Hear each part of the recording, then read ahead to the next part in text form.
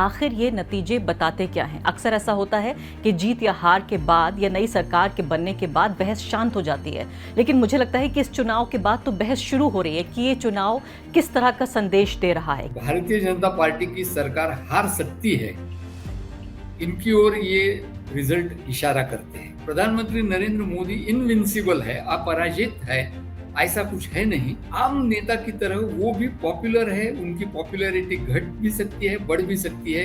पूरी सरकारी मशीनरी के कैप्चर के बावजूद अगर विपक्ष ऐसा कर पाया है, क्या इसको नजर में रखना जरूरी है। अगर ये साधारण चुनाव होता, मान लेते हैं कि ये 2009 का चुनाव होता जिसमें दूसरी बार कांग्रेस पार्टी लोगों से मैंडेट मांग रही थी, तो क्या इसी तरह की जीत होती। मीडिया पर्टिकुलरली उनके साथ में जिस तरह रहा और रहता है, उसकी वजह से कैंपेन करते हुए उनके लिए एक एडवांटेज रहता है और वो एडवांटेज बीजेपी को जरूर मिला है। उत्तर प्रदेश में जो ये क्षति हुई है, ये जो नुकसान है भाजपा का, ये हुआ कैसे, इसे आप कैसे देख रहे हैं। सिर्फ यादव नहीं, फिर और भी कई समाज के तबके हैं जिनको थोड़े प्रमाण में, थोड़े प्रोपोर्शन में ऐसा लगा कि भाजपा के साथ जाना अब उनके लिए अच्छा नहीं रहेगा। शायद हिंदुत्व का प्रभाव जो है वो अब चुनाव के लिए काफी नहीं रहेगा। कि मुसलमानों के लिए इन चुनाव नतीजों को आप कैसे देखते हैं। आप ये कह रहे हैं कि सरकार भी पूरी चल सकती है, हो सकता है कि बीच में भंग भी कर दिया जाए इस लोकसभा को, लेकिन वो इस नतीजों को कैसे देखें, क्या वो कोई राहत महसूस करें। मुसलमानों के लिए मुझे लगता है और भारत के जो अल्पसंख्यक समुदाय है उनके लिए कि ये जो क्रिटिकल मोमेंट पिछले 5 सालों से चलता आ रहा है वो वैसे ही चलता रहेगा। मुझे लगता है कि एक अवसर अब ये तैयार हो गया है कि एक बड़ा विपक्ष शायद उभरने की संभावना है। नमस्कार, द वायर में आपका स्वागत है। मैं हूं आरफा खानम शेरवानी। भारत के चुनाव नतीजे लोकसभा चुनाव के आए हैं, उसको कई दिन गुजर चुके हैं। अब तो बारी आ गई है कि लोकसभा का पहला सत्र शुरू होगा, लेकिन जो इस पे बहस है वो लगातार जारी है कि आखिर ये नतीजे बताते क्या हैं। अक्सर ऐसा होता है कि जीत या हार के बाद या नई सरकार के बनने के बाद बहस शांत हो जाती है, लेकिन मुझे लगता है कि इस चुनाव के बाद तो बहस शुरू हो रही है कि ये चुनाव किस तरह का संदेश दे रहा है। क्या भारत में बहुसंख्यकवाद की हार हो चुकी है? क्या भारत का नागरिक ये बताना चाहता है कि वो धर्मनिरपेक्षता के लिए खड़ा हो रहा है, उदारवाद के लिए खड़ा हो रहा है, संविधानवाद के लिए खड़ा हो रहा है? क्या ये बताता है कि नरेंद्र मोदी को हराया जा सकता है? इसके अलावा इससे भी ज़्यादा अहम सवाल जो हमारे सामने खड़े हैं वो ये कि आने वाले 5 साल कैसे होंगे, या आने वाले 5 साल होंगे भी या नहीं। क्या ये सरकार 6 महीने टिकेगी, या 1 साल टिकेगी, या 2 साल टिकेगी? बहुत सारे सवाल यहाँ पर हमारे सामने हैं जिनके जवाब ढूंढना मुश्किल है, और इसीलिए एक बेहतरीन मेहमान को आपके सामने हम यहाँ पेश कर रहे हैं। हमारे साथ सुहास पालशेखर जी मौजूद हैं, जाने माने पॉलिटिकल साइंटिस्ट हैं। उन्होंने कहा कि उनको इंट्रोड्यूस किया जाए पॉलिटिकल साइंस के टीचर के तौर पर। अक्सर अंग्रेज़ी में बात करते हुए आप उनको सुनते होंगे। आज हम हिंदी में आपसे बात करेंगे, वो भी आपसे हिंदी में बातचीत करेंगे। हमारे हिंदी के दर्शकों के लिए मुश्किल सवालों का जवाब ढूंढने के लिए हम यहाँ पर मौजूद हैं। और कुछ और महत्वपूर्ण सवाल जो यहाँ पर मैं उनके सामने रखना चाहती हूँ वो ये भी कि इस बहुसंख्यकवाद के निशाने पर जो सबसे ज़्यादा जो लोग थे वो थे भारत के मुसलमान। उनके लिए किस तरह का संदेश है? क्या वो राहत की सांस ले सकते हैं? क्या जिस तरह के फाशीवाद की तरफ भारत आगे मुड़ रहा था, क्या भारत ने, भारत की राजनीति ने, भारत के नेताओं ने ये यू टर्न ले लिया है? सबसे पहले सुहास जी, बहुत बहुत शुक्रिया आपका हमें समय देने के लिए। मैं आपसे इसी सवाल के साथ शुरुआत करती हूँ कि आप इस चुनाव नतीजों को अगर मैं आपसे कहूँ कि 5 बिंदुओं में मुझे समझा दीजिए तो आप कैसे बताएंगे? एक तो पहला मुद्दा यह है कि भारतीय जनता पार्टी की सरकार हार सकती है, इनकी ओर ये रिजल्ट इशारा करते हैं। दूसरी बात यह है कि प्रधानमंत्री नरेंद्र मोदी इनविंसिबल है, अपराजित है, ऐसा कुछ है नहीं। आम नेता की तरह वो भी पॉपुलर है, उनकी पॉपुलैरिटी घट भी सकती है, बढ़ भी सकती है। इसकी ओर इन नतीजों ने निर्देश किया है। तीसरी बात यह है कि आर्थिक मुद्दों पर लोग नाराज है, इस बात को इन नतीजों ने अंडरलाइन कर दिया है। चौथी बात, विपक्ष को इन नतीजों से थोड़ा तो हौसला बढ़ गया है उनका। उनको अब ये लगेगा कि अगर वो इस सरकार के विरुद्ध कुछ करे तो उससे जनता शायद उन्हें और समर्थन दे देगी। और पांचवी बात यह है कि पिछले 5 साल जो ऐसा माहौल था कि इस सरकार को कुछ भी कोई भी कह नहीं सकता था, कुछ भी कर नहीं सकता था, उसमें एक थोड़ा सा लाइट, रे ऑफ लाइट जिसको कहते हैं, वो आ गया है। एक प्रकाश की किरण आ गई है कि जिससे लोगों को ये राहत है कि चाहे आपसे मेरी मत, मेरी चिकित्सा अलग है, फिर भी मैं वो आपके सामने रख सकता हूँ, बिना हिचकिचाए हुए रख सकता हूँ।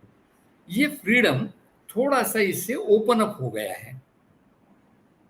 बेहतरीन तरीके से आपने अपनी बात रखी, यानी कि मैं अगर इसका लब्बे लुबाब तलाश करने की कोशिश करूं तो जिन नेता ने ये कहा कि वो इंसान नहीं है, उनकी जो शक्तियां हैं, उनकी जो ऊर्जा है वो इंसानी नहीं है, वो परमात्मा है। आप ये कह रहे हैं कि वो तो निरे इंसान निकले, वो तो किसी भी नेता की तरह है जिसकी लोकप्रियता ऊपर जाती है नीचे आती है, जो आदमी चुनाव जीत सकता है, चुनाव हार सकता है। लेकिन प्रोफेसर पालशेखर, हमें ये नहीं भूलना चाहिए कि जो पूरा राजनीतिक करियर रहा पिछले 30 साल का नरेंद्र मोदी का, ये उनका सबसे बदतरीन चुनाव है। और अगर जहां तक 10 साल देने की बात है, 2 टर्म्स देने की बात है, वो तो उन प्रधानमंत्री को भी मिल गए थे जिनके मुंह से शब्द निकलना मुश्किल होता था। पूरी बीजेपी कहती थी मौन मोहन सिंह है, और यहां तो इनको इतना बेहतरीन वक्ता और ओरेटर बनाया जाता है। तो आप ये कह रहे हैं कि बिल्कुल इंसानी शक्तियां हैं, कोई परमात्मा नहीं है। जी हाँ, मैं दोनों चीजें आपके सामने रखना चाहूंगा। एक तो ये है, इसमें मुझे कोई दो राय देने की जरूरत नहीं लगती है कि पिछले 30-40 साल में भारत की राजनीति में इतना लोकप्रिय नेता दूसरा कोई हुआ नहीं।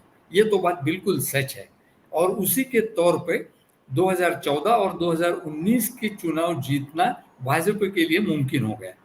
लेकिन उसके बाद मैं ये भी कहना चाहूंगा कि किसी भी ऐसे लोकप्रिय नेता की लोकप्रियता जो है, वो कहीं एक लेवल पे, जिसको अंग्रेजी में प्लेटो कहते हैं, उस तरह बिल्कुल समतल हो जाती है।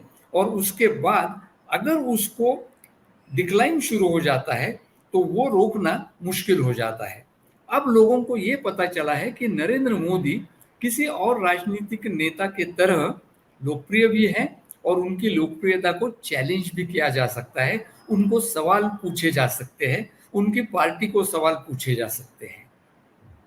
मैं जानती हूँ कि हमारे दर्शक इंतजार इस बात का कर रहे हैं कि आप उन्हें ये बताएं कि आने वाले दिन कैसे होने जा रहे हैं, क्योंकि सबके सामने सवाल तो ये है कि नरेंद्र मोदी या जिस तरह का बहुसंख्यकवाद या फाशीवाद की तरफ आगे जा रहा था भारत, कहीं ना कहीं एक करेक्शन तो हुआ है, एक तरह का सुधार तो हुआ है, लेकिन कितना सुधार हुआ है। लेकिन उससे पहले मैं और भी कई सवाल आपसे पूछना चाहती हूँ कि ये पूरा जो चुनाव था, इस चुनाव को विपक्ष की जितनी भी सीटें आई या कांग्रेस पार्टी की 100 से कम सीट उनकी रह गई, बेहतरी हुई उनके परफॉर्मेंस में लेकिन बहुत ज़्यादा बेहतरी नहीं हुई। लेकिन क्या इसको इसके मद्देनज़र देखा जाना चाहिए कि ये सिर्फ एक साधारण चुनाव नहीं था, बल्कि पूरी सरकारी मशीनरी, मीडिया का एक बड़ा हिस्सा, इलेक्शन कमीशन की जो विश्वसनीयता, जो एक पार्टनर की तरह, एक साथी की तरह काम कर रहा था, इस सब के बावजूद, पूरी सरकारी मशीनरी के कैप्चर के बावजूद अगर विपक्ष ऐसा कर पाया है, क्या इसको नज़र में रखना ज़रूरी है? अगर ये साधारण चुनाव होता, मान लेते हैं कि ये 2009 का चुनाव होता जिसमें दूसरी बार कांग्रेस पार्टी लोगों से मैंडेट मांग रही थी, तो क्या इसी तरह की जीत होती? देखिए, सवाल ये है कि हम इस तरह की इफ और बट में अगर जाते हैं तो कैलकुलेशन करना बहुत मुश्किल होगा। लेकिन मुझे इसमें कोई संदेह नहीं है कि इससे भी अगर ज़्यादा बैलेंस्ड और फ्री एंड फेयर इलेक्शन की तरह ये चुनाव रहते तो बीजेपी के लिए बहुत मुश्किल हो जाता। क्योंकि जैसा आपने सूचित किया, मीडिया पर्टिकुलरली उनके साथ में जिस तरह रहा और रहता है, उसकी वजह से कैंपेन करते हुए उनके लिए एक एडवांटेज रहता है, और वो एडवांटेज बीजेपी को जरूर मिला है। और फ्री और फेयर इलेक्शन में इस तरीके का एडवांटेज अगर है तो उसको इतना फ्री कहा नहीं जा सकता है, वो फेयरनेस जो है वो कम हो जाता है। लेकिन मैं अपने दर्शकों के लिए और एक बात अपने सामने रखना चाहूँगा कि बीजेपी का ये जो चुनाव में परफॉर्मेंस रहा, उसमें ऊपरी हिस्से से अगर आप देखती है तो लगता है कि सिर्फ लगभग 1% उनके वोट कम हुए हैं। लेकिन आप देखिए, उनका जहाँ जहाँ स्ट्रांग होल्ड है, वहाँ सब जगह, लगभग सब जगह, शायद मध्य प्रदेश, छत्तीसगढ़ जैसे कुछ स्टेट छोड़ के, उनकी प्रतिशत मत जो है, वोट जो है, वो कम हुए हैं। इसका मतलब ये हुआ कि बीजेपी के लिए एक वार्निंग इन चुनावों ने दी है। अब सवाल ये पैदा होता है कि तो इसके आगे क्या होगा? मुझे लगता है कि इसके आगे भी बीजेपी का मिस रीडिंग जो है, चुनाव नतीजों का मिस रीडिंग, वो अगर चलता रहता है तो जिस दौर से हम पिछले 5 और 10 साल गुजरे हैं वो दौर चलता रहेगा।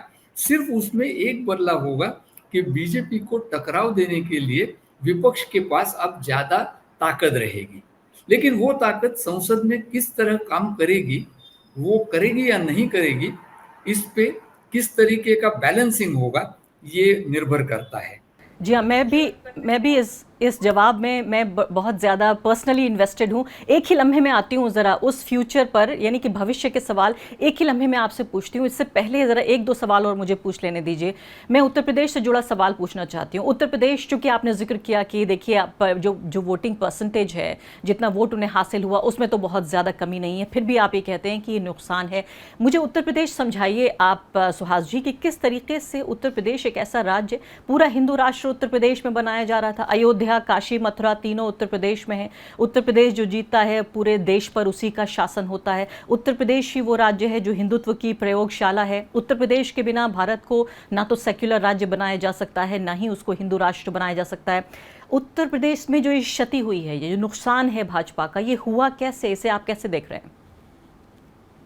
उसके 2-3 जवाब हो सकते हैं। चुनाव नतीजों के पहले महीने ये लिखा था कि हिंदुत्व की पॉपुलैरिटी जो है वो शायद फिर आज भी रहेगी वैसे की वैसी, लेकिन उसका चुनाव नतीजों में जो कन्वर्शन होता है वो एफिशिएंसी हिंदुत्व की अब कम होने वाली है, और उसकी शुरुआत शायद नॉर्थ से होगी।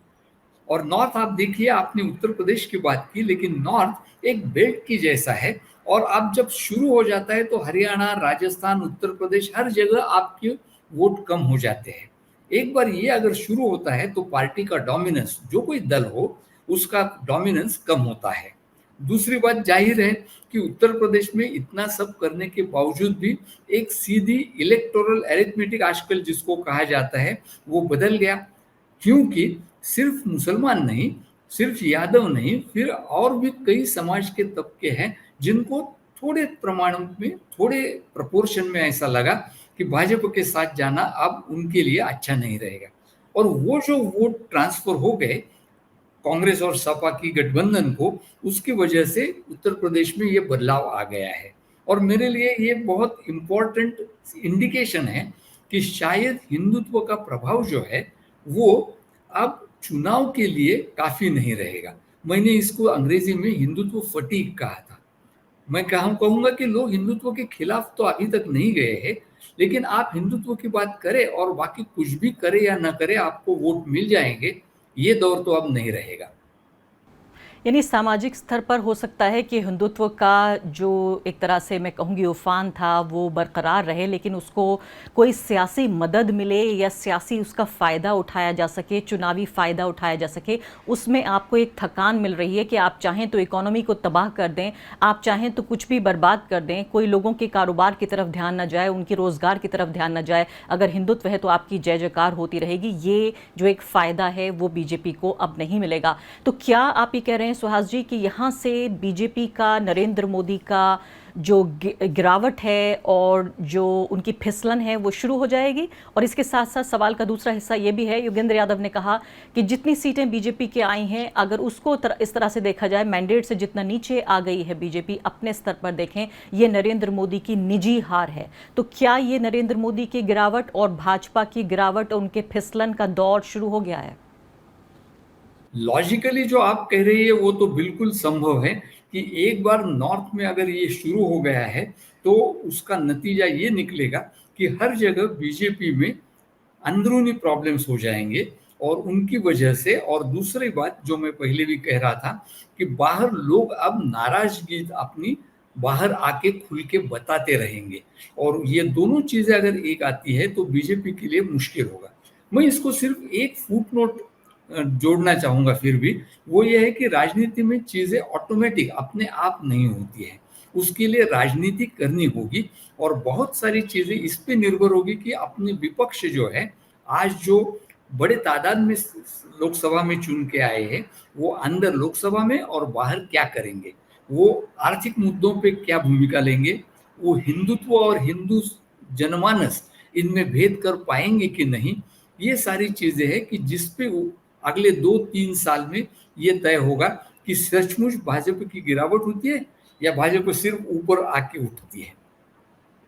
बिल्कुल, आपने कहा है कि पूरी ज़िम्मेदारी विपक्ष की है कि क्या वो हाथ पर हाथ रख के पीछे कुर्सी पर टेक लगा के बैठ जाता है कि बड़ा अच्छा हुआ, रिवाइवल हो गया हमारा, बड़ी खुशी की बात है।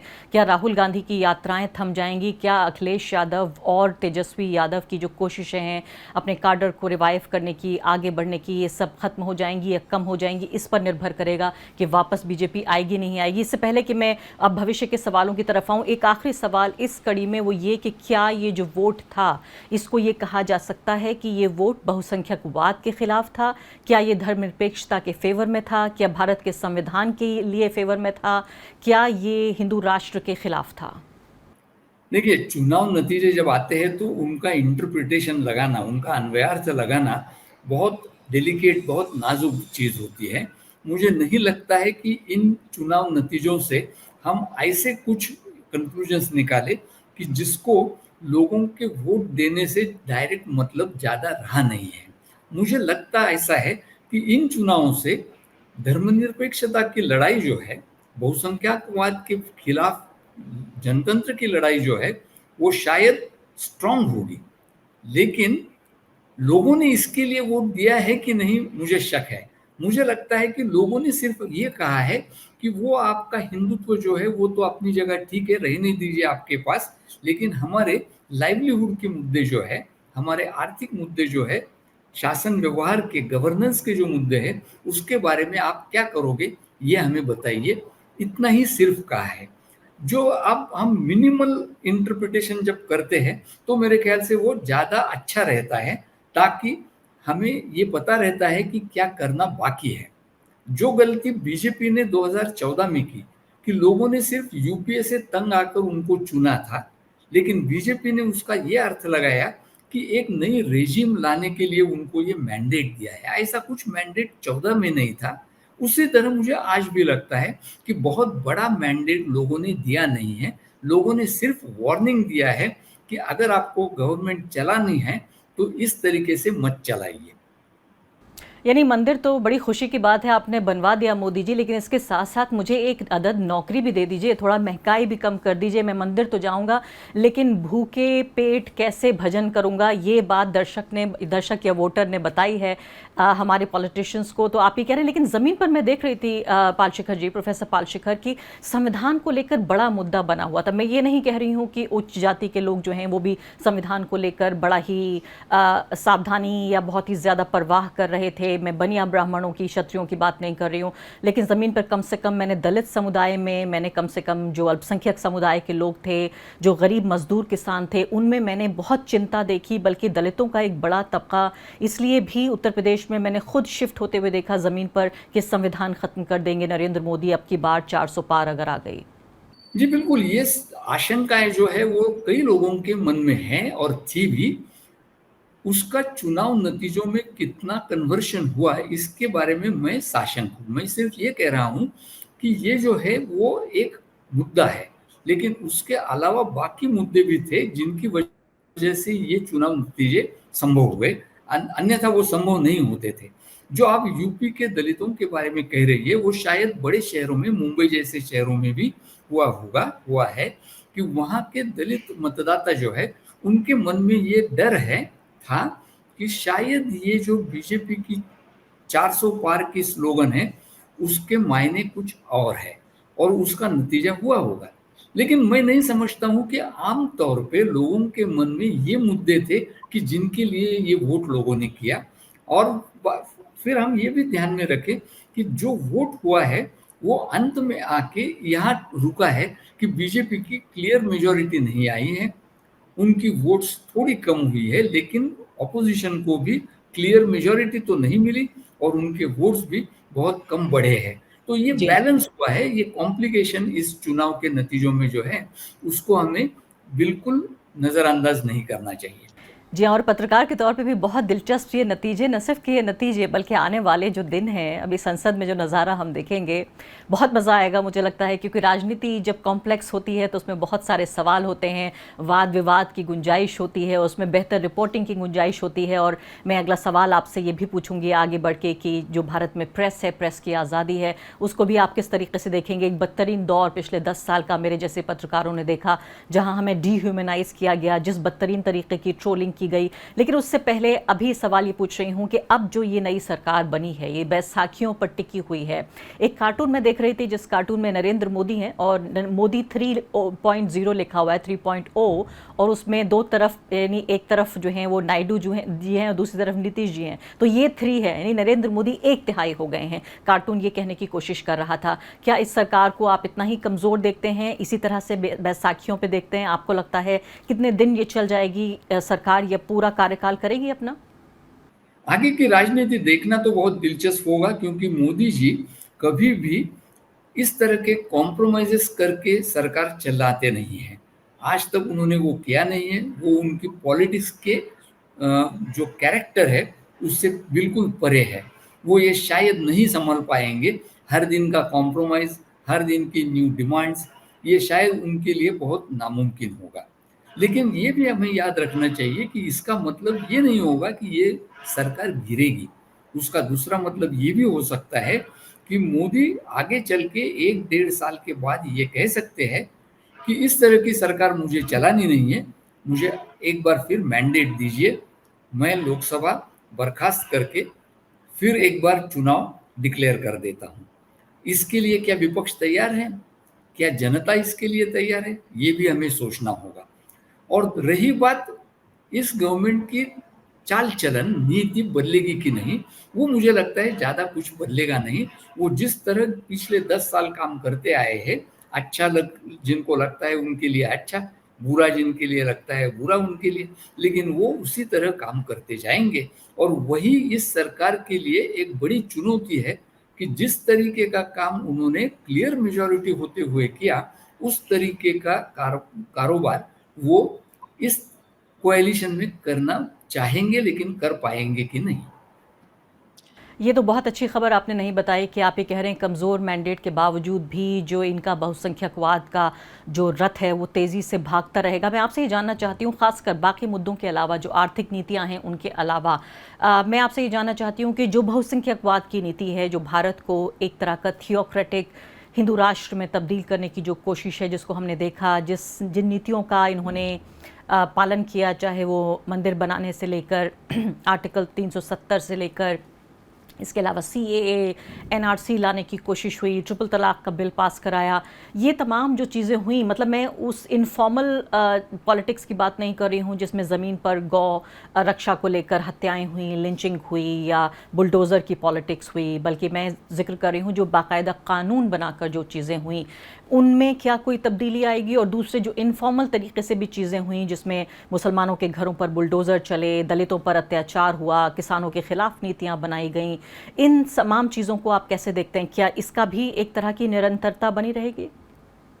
जी हाँ, मुझे लगता है कि प्रैक्टिस में तो बिल्कुल निरंतरता चलती रहेगी, क्योंकि जिसको हम अ, बाहर का समाज है, राजनीति के बाहर जो समाज है उसकी बात कहते हैं उस समाज में इस तरीके की बहुसंख्यकवाद जो है वो सेंसिबिलिटी काफी फैलाई हुई है। वो एक चीज हुई। दूसरी, एडमिनिस्ट्रेशन में जिस तरीके के बदलाव हो गए हैं, जिस तरीके के पेनिट्रेशन हो गए हैं, उसकी वजह से सरकार चलाने में भी यही नीति रहेगी।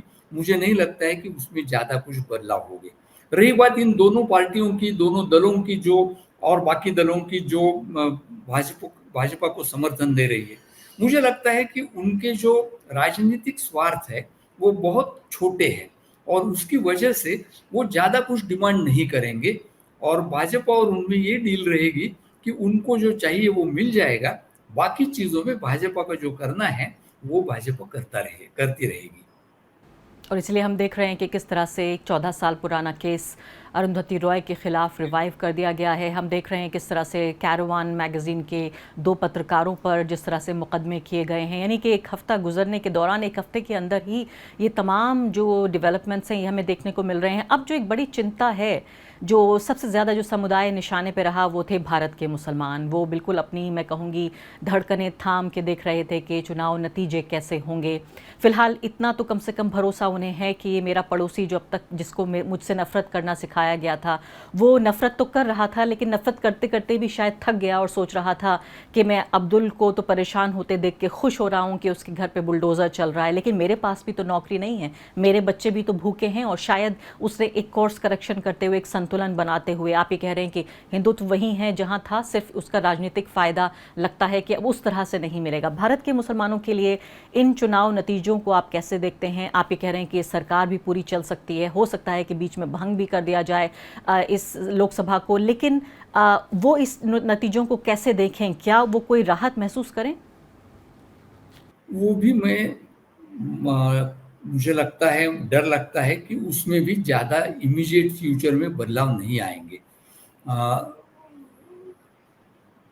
इनफैक्ट ये होगा कि भाजपा के कई लोग जिस तरह बाहर भाषा कर रहे हैं, उसमें ये लग रहा है कि उनको ये बहुत गुस्सा वाली बात लगती है कि इस तरह के का जिसको वोट बैंक जैसा बर्ताव मुसलमानों ने किया है।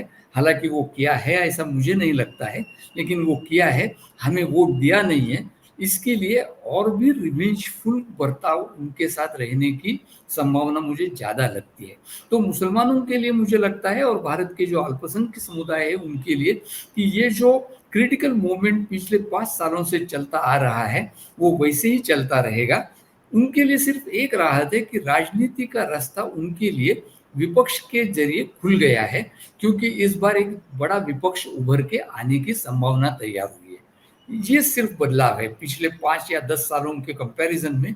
ये बदलाव है कि उनके लिए, यहाँ के अल्पसंख्यकों के लिए, यहाँ के गरीबों के लिए भी मुझे लगता है कि एक अवसर अब ये तैयार हो गया है कि एक बड़ा विपक्ष शायद उभरने की संभावना है। यानी आप ये कह रहे हैं कि एक तरह से घायल बाघ मान लेते हैं कि वो पहले से भी ज़्यादा दहाड़ेगा या काटने की कोशिश करेगा, एक बदले की कार्रवाई भी करने की कोशिश कर सकते हैं कि यही वो समुदाय है जिसने रणनीति के तौर पर हमारी जीत को इतना कमज़ोर बना दिया या लगभग हमें हार के नज़दीक पहुंचा दिया।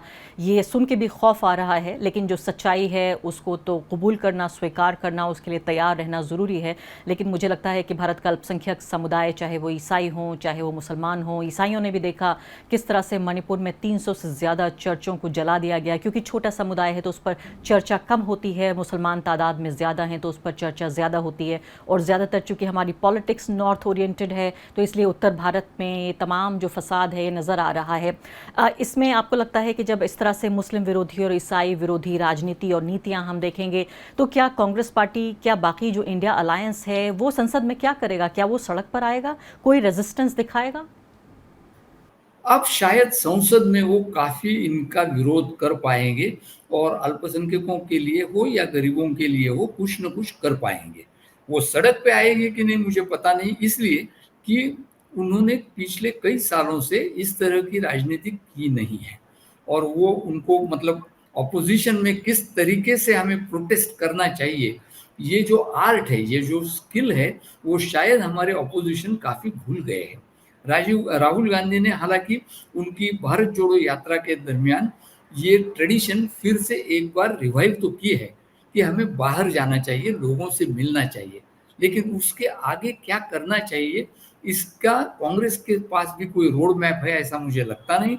और रही बात बाकी ऑपोजिशन दलों की, वो भी मेरे ख्याल से अपने अपने राज्यों में रास्ते पे आ जाएंगे और प्रोटेस्ट करेंगे, ये संभावना बहुत कम है।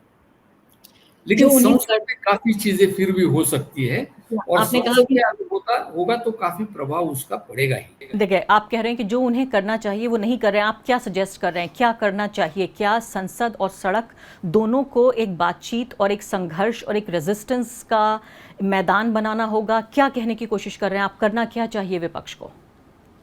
नहीं, मेरे ख्याल से सड़क पे मतलब आने का मतलब ये है, और आज के ज़माने में जब हम सड़क पे आने की बात करते हैं तो काफ़ी जोखिम उठाते हैं, इसलिए मैं ये एक्सप्लेन करना चाहूँगा कि इसमें भाजपा के खिलाफ कुछ करने के बजाय ये करने की जरूरी है कि आम हिंदुओं में जाके उनको ये बताना चाहिए कि भाई आपकी दुश्मनी इन लोगों से सचमुच है कि नहीं, या कोई आपको भड़का रहा है। अगर भड़का रहा है तो समझ लीजिए कि विरासत तो सब लोगों की एक है।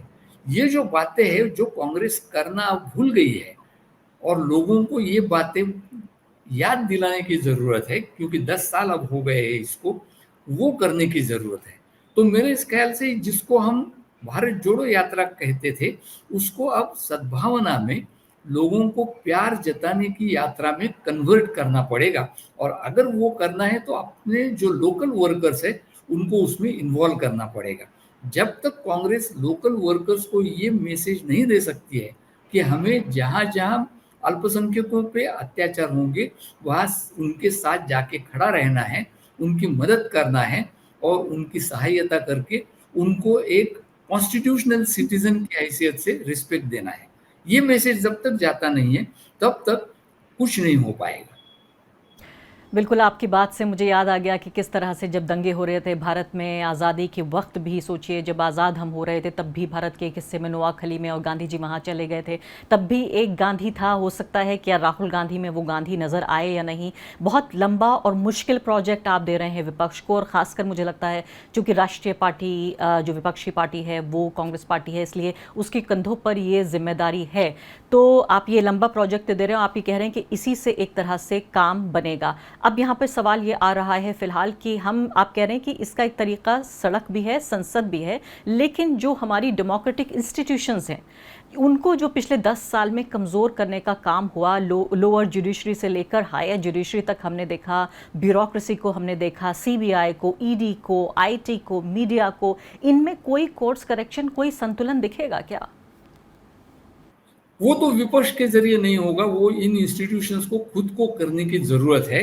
और वो फिर भी मुझे आप माफ कीजिए, मैं सब ये नकारात्मक चीजें कह रहा हूं, लेकिन मुझे नहीं लगता है कि ये इंस्टीट्यूशंस इतनी आसानी से कोर्स करेक्शन करेगी। कोर्स करेक्शन की जरूरत तो है, लेकिन अगर आप देखते हैं ब्यूरोक्रेसी या पुलिस, उनमें ये कोर्स करेक्शन अंदरूनी अंदर से आने की जरूरत है, क्योंकि उनके काम का ये एक तरीके से मैंडेट है कि वो इम्पार्शियली काम करे। वो अगर नहीं करते हैं तो सरकार को ये आसानी से वेपनाइजेशन करने में, उनको वेपन में कन्वर्ट करना आसान पड़ेगा होगा।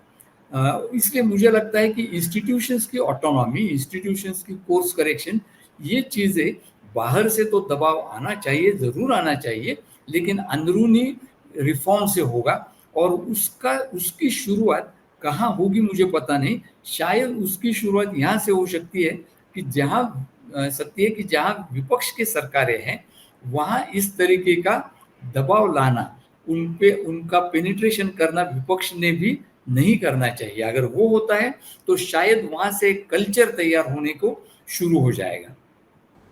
बिल्कुल, आखिरी सवाल आपसे कि वोटर की क्या जिम्मेदारी है, नागरिक की जिम्मेदारी क्या है? बहुत सारे वायर के दर्शक ये भी जानना चाहते हैं कि जिस तरह का भारत वो देखना चाहते हैं उसमें क्या वो मजबूर रहें सिर्फ नेताओं के हाथों, विपक्ष के या सत्ता पक्ष के, वो खुद भी कुछ कर सकते हैं? मेरे ख्याल से नागरिक की जिम्मेदारी जो है वो कई स्तर पर है। मतदान, वोटिंग करना ये तो एक स्तर है उसका, लेकिन उसके बाकी स्तर है जो हमारे रोजमर्रा के जीवन में आते हैं। जैसे अब अभी आपने देखा होगा, आपने कई दर्शकों ने भी ये देखा होगा कि एक कोऑपरेटिव सोसाइटी में जब एक मुसलमान को जब जगह दी गई तो बाकी लोगों ने उसका विरोध किया। अब इसको आप कैसे जब जिम्मेदार नागरिक कह सकती है? तो नागरिकों की जिम्मेदारी कुछ सिर्फ भाजपा को विरोध करना ये नहीं है, उनकी जिम्मेदारी ये भी है कि हर रोज की जिंदगी में अपने आसपास के इर्द गिर्द के जो नागरिक है उनको उसी तरह का सम्मान हम दे जो हम खुद को चाहते हैं। वो ये जो ट्रेडिशन है हमारी प्लूरलिटी की, वो हम भूल रहे हैं। हम हिंदू है कि नहीं इसका इससे कोई ताल्लुक नहीं है, क्योंकि हर रिलीजन में, हर धर्म के लोगों में ये जो अच्छी ट्रेडिशंस रही है प्लूरलिटी की, वो कैसे रिवाइव करे, ये जिम्मेदारी नागरिकों की रहती है। और तीसरी जिम्मेदारी नागरिकों की ये भी रहती है कि जो आपने इंस्टीट्यूशंस की बात की, उनके बारे में नागरिकों को सतर्क रहना और बार बार उसके पीछे पड़ना कि ये इंस्टीट्यूशन इस तरीके का काम नहीं कर सकती है, इसको ये नहीं करना चाहिए, इसके लिए आवाज उठाना अपनी, ये भी नागरिकों की जिम्मेदारी रहती है। बहुत बहुत शुक्रिया प्रोफेसर सुहास पालशेखर आपका इस बातचीत के लिए। मैं समझती हूँ कि बहुत सारी ऐसी चीज़ें हैं जो शायद मैं सुनना नहीं चाहती थी एक ऐसे नागरिक के तौर पर जो कि समझता था कि शायद ये धर्मनिरपेक्षता, संविधान, उदारवाद, इस सब की दिशा में बढ़ता कदम है। हालांकि फिर भी मैं समझती हूँ कि नाउमीदी हमारे पास एक विकल्प नहीं है भारत के उन नागरिकों के पास जो कि समझते हैं एक ख़ास उनका आइडिया ऑफ इंडिया है। इसी उम्मीद के साथ जो आपने आखिरी मैसेज दिया कि हम एक वोटर, एक नागरिक के तौर पर, चाहे आप पत्रकार हैं या आप ब्यूरोक्रेट हैं या हो सकता है आप एक सब्जी बेचने वाले हों, एक पान की दुकान चलाने वाले हों, हम सबकी अपनी जिम्मेदारियां हैं जो एक नागरिक के तौर पर हम जिस तरह का देश चाहते हैं उस दिशा में आगे बढ़ाएं। अब देखते हैं, दिलचस्प होने वाला है संसद का जो सदन होगा और जिस तरह की राजनीति आगे अनफोल्ड होगी। आपने हमें समय दिया, इसके लिए शुक्रिया। द वायर के और वीडियोस देखने के लिए सब्सक्राइब करें और बेल आइकन पर क्लिक करें। स्वतंत्र पत्रकारिता की आर्थिक मदद करने के लिए डिस्क्रिप्शन में दिए गए लिंक पर जाएं और अपनी राशि चुनें।